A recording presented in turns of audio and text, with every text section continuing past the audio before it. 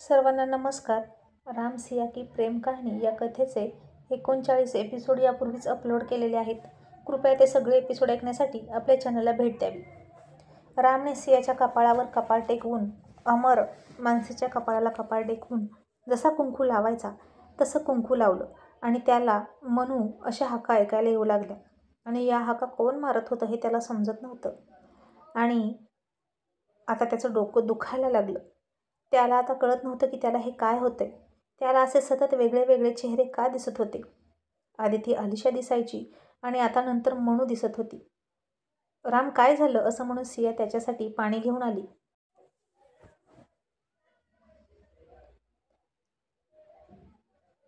सुलभा सुद्धा म्हणाली, राम अरे काय होतंय तुला.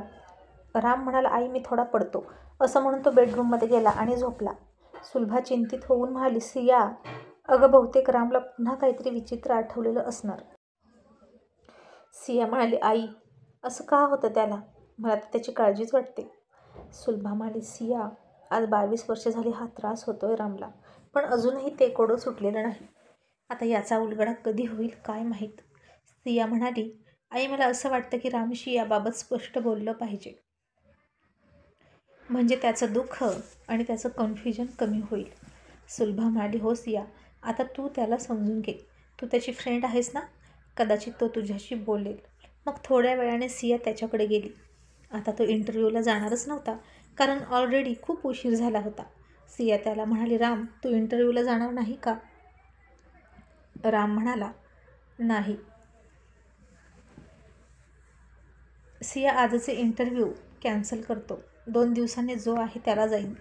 सिया म्हणाली, तसंही अजून आपला रिझल्ट कुठं लागला आहे आणि तू लगेच इंटरव्ह्यू द्यायला निघालास. राम म्हणाला, सिया फक्त मार्कावर नोकरी मिळते असं नाही, काही नोकरी गुणवत्ता बघूनही मिळतात आणि मला खात्री आहे मी माझ्या गुणवत्तेवर खूप मोठा होणार आहे, मार्कांवर मोठा होणार नाही मी.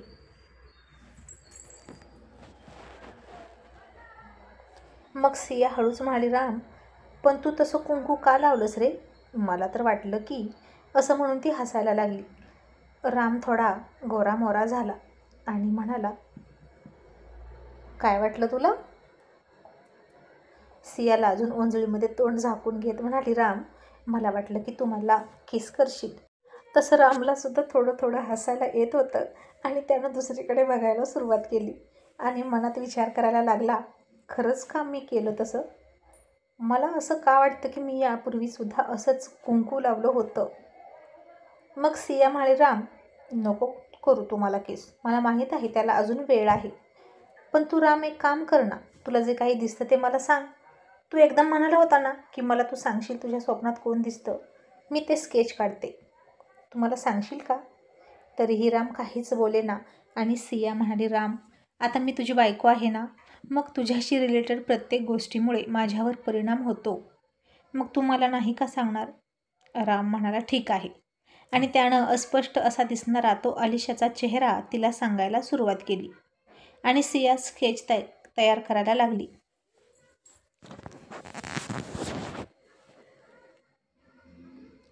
आणि हळूहळू ते स्केच आकार घेऊ लागलं. राम त्याच्या डोक्यावर त्याच्या मेंदूवर जोर देऊन अस्पष्ट आठवत सांगत होता आणि सिया मग्न होऊन ते स्केच काढत होती. आणि फायनली चित्र पूर्ण झालं आणि सियानं ते रामला दाखवलं आणि म्हणाली, हे बघ हीच मुलगी दिसते का तुला स्वप्नात. आणि रामनं ते स्केच पाहिलं आणि थोडं थोडं ते स्केच सियासारखं दिसायला लागलं आणि ते पाहून राम म्हणाला, सिया तू किती आगाऊ आहेस गं. ती म्हणाली, आता काय झालं, मी काय केलंय तेव्हा. राम म्हणाला, नाटी आहेस तू एक नंबरची, तू स्वतःचं चित्र काढलंस ना. सिया म्हणाली, अरे नाही राम, जे तू सांगितलं तेच मी काढलंय. मग रामनं ते चित्र तिच्या चेहऱ्यासमोर पकडलं आणि म्हणाला, खोटं बोलतेस तू, तू तुझं चित्र काढलंस. आणि आता सियाला समजतच नव्हतं की त्याला कसं समजवावं की हे चित्र त्यानं जसं सांगितलं तसंच काढलेलं आहे, ते तिचं चित्र नाही. पण तिच्या सततच्या खोटं बोलण्यामुळे राम तिच्यावर विश्वास ठेवत नव्हता. इतक्यात सुलभा आली आणि म्हणाली, राम आता तू बरा आहेस का, हे थोडं साहित्य घेऊन येतोस का मार्केटमधून. राम म्हणाला, हो आई आणतो ना. आणि सिया म्हणाली, मग मी सुद्धा येते राम, आपण दोघं जाऊया का. राम म्हणाला, नको. तुला कोणी माझ्यासोबत पाहिली ना या गेटअपमध्ये तर मला 17 प्रश्न विचारतील. आधीच माझं घरातून बाहेर पडणं मुश्किल झालं आहे. आणि सिया थोडी नाराज झाली आणि म्हणाली, पळवून नेलेला मुलगा असं म्हणून तुझ्याकडे विचित्र नजरेने बघतात का सगळे? तशी आता सुलभा खूप हसली आणि राम चिडून म्हणाला, नाही तर काय, अशाच नजरेने बघतात माझ्याकडे सगळे. आणि हसतात लोक मला आणि म्हणतात की एका मुलीनं मला पळवलं आणि मी काहीही करू शकलो नाही. आणि लोक मला म्हणतात की मी नक्की पुरुष आहे की नाही, जो एका मुलीला विरोध करू शकला नाही. आणि सिया आता खूप हसायला लागली आणि म्हणाली, खरंच रे, तू पुरुष आहेस ना? आणि हे ऐकून रामनं खूप शॉक होऊन सियाकडे पाहिलं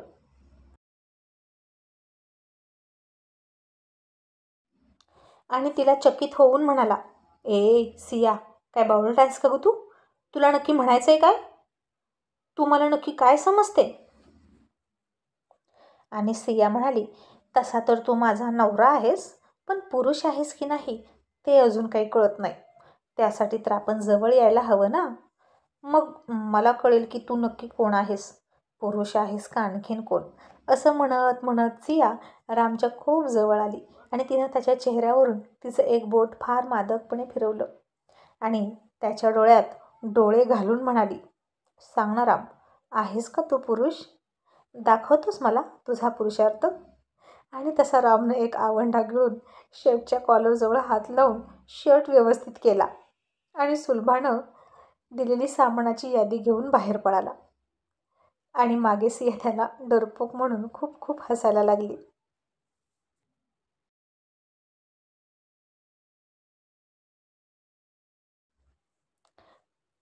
आणि आता राम मार्केटमध्ये गेला आणि पुन्हा तिथून जाणाऱ्या समोरचं लक्ष त्याच्याकडे गेलं आणि तो सुद्धा त्याला पाहून चकित झाला. आणि त्याला खरंच नवल वाटलं की अमर बाबासारखा दिसणारा हा सेम टू सेम मुलगा आहे तरी कोण. पण कसं असतं ना, जगामध्ये एकसारखे चेहरे असणारे 7 माणसं असतात, त्यापैकीच हा असेल एक, असं वाटून त्यानं ते विचार सोडून दिले. मग तो साहित्य घेऊन आला आणि सियानं त्याला दरवाजा उघडला. तसा राम तिला बगल देऊन निघून गेला.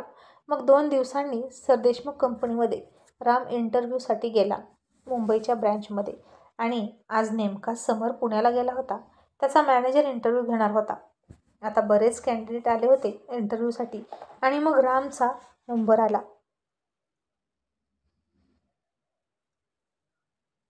आणि रामची इंटरव्ह्यू घेताना त्याच्या बोलण्यातून मॅनेजरला समजलं की रामच्या बाबांचाही स्वतःचा बिझनेस आहे आणि तरीही राम घरची कंपनी सोडून जॉबसाठी अप्लाय करतोय.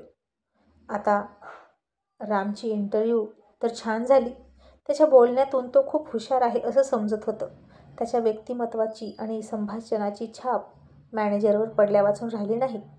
आणि थोडं चकित होऊन मॅनेजरने रामला विचारलं की तू स्वतःचा घरचा बिझनेस असतानासुद्धा बाहेर नोकरीसाठी का धक्के खातोस? राम म्हणाला, माझ्या बाबांचा बिझनेस आज ना उद्या माझाच होणार आहे, पण मला माझं स्वतःच असं काहीतरी वेगळं करायचं आहे. माझ्या बाबांनी जो बिझनेस उभा केला आणि जो आज बिझनेस दिसतो तो निश्चितच उभा करताना त्यांना खूप कष्ट पडलेले आहेत. आणि शून्यातून विश्व उभारताना काय कष्ट घ्यावे लागतात हे मला स्वतःला अनुभव घेऊन जाणून घ्यायचं आहे. मला एक्सपिरियन्स घ्यायचा आहे आणि ज्याचा फायदा मला माझ्या कंपनीमध्ये होईल. आता त्याचे हे विचार ऐकले आणि तो मॅनेजरसुद्धा खूप इम्प्रेस झाला. बापाच्या पैशावर मिजाज आणि माज दाखवणाऱ्या मुलांच्या आजकालच्या या पिढीमध्ये रामसारखी स्वतंत्र आणि स्वावलंबी विचार असलेली मुलं लाखात एक असतात असं त्याला वाटलं.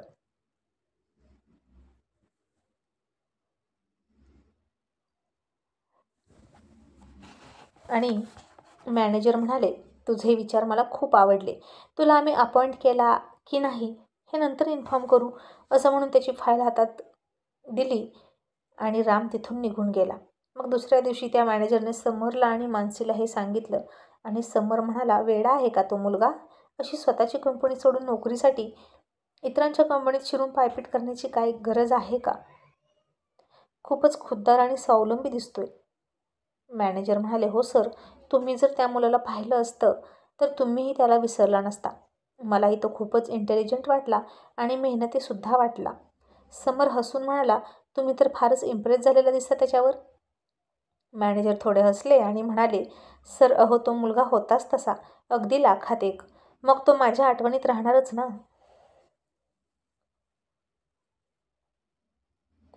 समर म्हणाला, अरे बास बास, किती कौतुक कराल त्याचं. आता इतकंच कौतुक चाललंय त्याचं तर त्याचं नावही सांगा. काय नाव म्हणाला त्याचं? मॅनेजर म्हणाला, राम. सर नावही छान आहे, अगदी लक्षात राहण्यासारखं आणि कधीच विसरू नये असं. आणि आता हे नाव ऐकून समरला क्लिक झालं की हा तोच राम तर नाही ना ज्याच्यासोबत सियाचं लग्न झालं. नक्की तोच राम असणार. तोही नुकताच कॉलेज पास झालेला आहे आणि नोकरीच्या शोधात आहे. आणि ते नाव ऐकून मानसीसुद्धा चकित होऊन म्हणाली, काय, स्वतःची कंपनी असूनही तो राम जॉब शोधतोय. आता यावरूनही मानसीला आठवलं की अमरसुद्धा असेच होते. स्वतःची कंपनी सोडून ते आलिशाच्या कंपनीत जॉईन झाले होते आणि तिथेच त्या दोघांची भेट झाली होती. सागर आणि बाबा घरची कंपनी सांभाळत होते, पण अमर मात्र जॉब करत होते. का तर त्यांना स्वतःचं अस्तित्व निर्माण करायचं होतं. राजलक्ष्मी अमरचे बाबा यांना सांगून सांगून थकले, पण अमर ते सुद्धा असेच हट्टे होते. आणि मानसी मॅनेजरला म्हणाली, तुम्ही त्या रामला कळवा की आपण त्यांना अपॉइंट करतोय आणि तो जॉईन झाला की मला भेटवा. मॅनेजर म्हणाला, मॅडम पण मी त्यांना नकार कळवला आहे आणि रेड सिग्नल दिला आहे ऑलरेडी. मानसी म्हणाली, असं का केलं तुम्ही? मॅनेजर म्हणाले, कारण मॅडम ज्याची स्वतःची कंपनी आहे आणि जो इतका इंटेलिजंट आहे तो आपल्या इथे डिटेल्स चोरून स्वतःच्या कंपनीला देऊ शकतो. हा काही जणांचा प्लॅनसुद्धा असतो, म्हणून मॅडम मी त्याला रिजेक्ट केलं. आणि आता मानसी काहीच बोलू शकली नाही. ती म्हणाली, त्याचे काही कॉल डिटेल्स वगैरे आहेत का तुमच्याकडे? मॅनेजर म्हणाला, नाही मॅडम, त्याची फाईल आपण ठेवून घेतलीच नाही. आणि मानसी पुन्हा निराश झाली. आणि आता मानसीला रामच्या आणि सियाच्या भेटण्याची इच्छा फार स्ट्रॉंग व्हायला लागली होती आणि तिला खूप स्ट्रॉंग फिलिंग येत होतं की अमर कुठेतरी आसपास आहे. ती समरला म्हणाली, समर मी उद्या पुण्याला निघणार आहे. त्या अगोदर मला सियाला आणि रामला भेटायचं आहे. तू सियाला तरी फोन लाव. पण आता सियाचा नंबरही बंद येत होता, कारण सियानं दुसरं सिम कार्ड घेतलं होतं. तिचं लग्न झाल्यापासून तिला सतत नातेवाईकांचे फोन येत होते आणि टोमणे ऐकायला लागत होते. म्हणून सियानं जास्त टेन्शन न घेता नंबर चेंज केला होता आणि तो नंबर फक्त काही मोजक्याच लोकांकडे दिला होता. आता सिया ही अशीच होती, अजिबात टेन्शन घेत नव्हती. तिच्यासाठी फक्त राम असला की बास. लग्न झाल्यापासून एकदाही आईबाबांची तिला आठवणसुद्धा आली नाही. ती मस्त हसून खेळून खाऊन पिऊन सुखी होती त्या घरात. सासरे असल्यासारखं तिला वाटतच नव्हतं, ना कुणाचा जाच ना सासूची टोकाटोकी. आई वडिलांसारखे सासू सासरे होते तिचे, त्यामुळे ती आनंदात होती. आता मे महिन्यातला शेवटचा आठवडा सुरू होता. खूप गरम होत होतं. रात्रीचं जेवण झालं आणि राम सिया गॅलरीमध्ये बसले होते. राम पुस्तक वाचत होता, सियासुद्धा रोमॅन्टिक कादंबरी वाचत होती. आणि आज तिनं रेड ब्लाऊज आणि पिवळ्या रंगाची साडी घातली होती. दोघेही समोरासमोर बसले होते, पण रामला आता पिवळ्या रंगाचा त्रास होत नव्हता आणि राम खूप मग्न झाला होता पुस्तक वाचण्यात. दोघांनाही वाचण्याची फार आवड होती.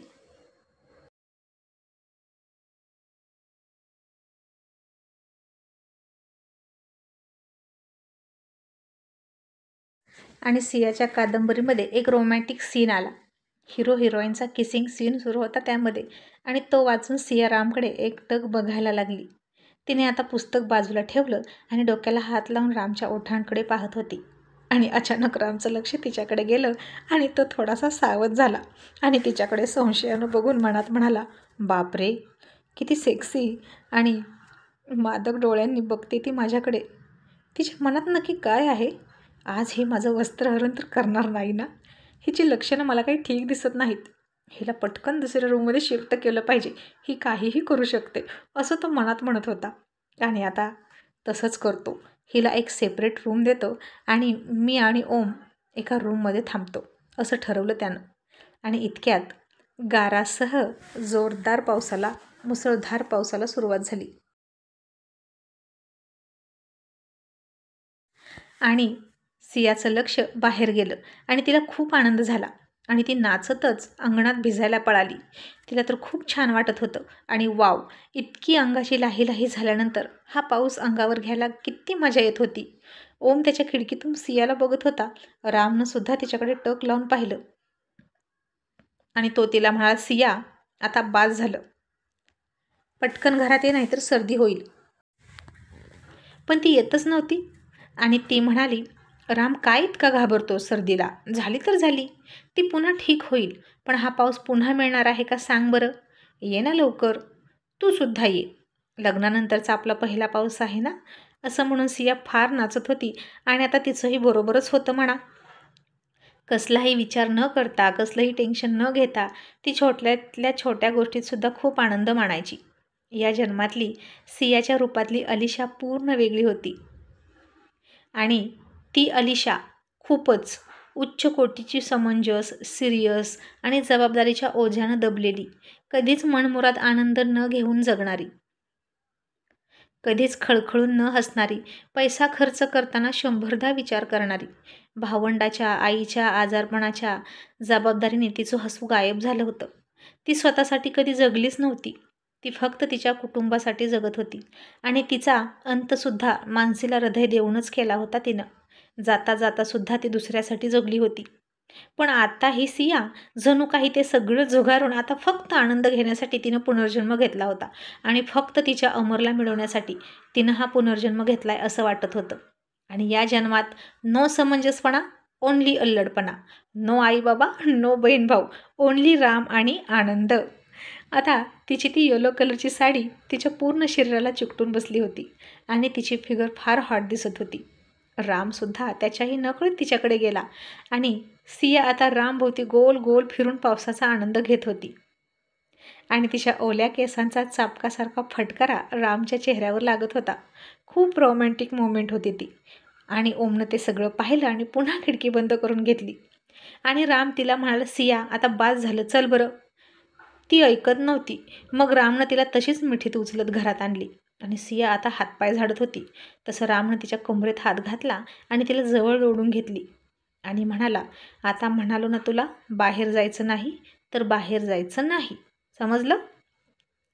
तरीही ती त्याला ढकलून पळायला लागली. आता दोघेही भिजलेले होते आणि तिचा पाय घसरला आणि भिजलेले रामसिया धपकन खाली पडले आणि ती खाली आणि तो तिच्यावर होता. तोंडाजवळ तोंड होतं पण शरीर मात्र एकमेकांपासून लांब होतं. पण दोघांच्या शरीरात आग पसरायला लागली होती.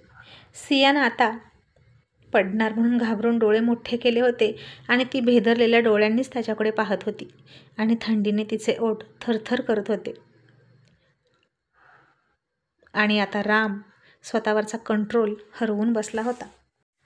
तो त्याचे ओठ हळूहळू तिच्या ओठांकडे घेऊन गेला आणि तिनं लाजून जमिनीवरच रामला घट्ट मिठी मारली. तिने तिचे पाय रामच्या पायात अडकवले, तिच्या हातांचा विळखा रामला घातला आणि तिच्या अख्ख्या बॉडीचा स्पर्श रामच्या पूर्ण बॉडीला झाला. आणि आता रामच्याही शरीरात आग पसरायला लागली आणि दोघांच्याही शरीरात ऊब निर्माण व्हायला लागली आणि थंड वातावरणात ती हवी हवीशी वाटायला लागली. त्यानं सुद्धा तिच्या भोवती त्याच्या हातांचा विळखा घातला आणि तसेच जमिनीवर ते दोघेही एकमेकांना बिलगून एकमेकांच्या मिठीत बसले होते. आणि अचानक त्यानं तिच्या उघड्या मानेवर एक छोटा किस केला. तसं सिया फार उत्तेजित झाली आणि तिनं तिची छाती आणखीन रामच्या छातीला प्रेस केली आणि आता राम पूर्ण बेभान झाला आणि त्यानं तिचा पदर काढून फेकला.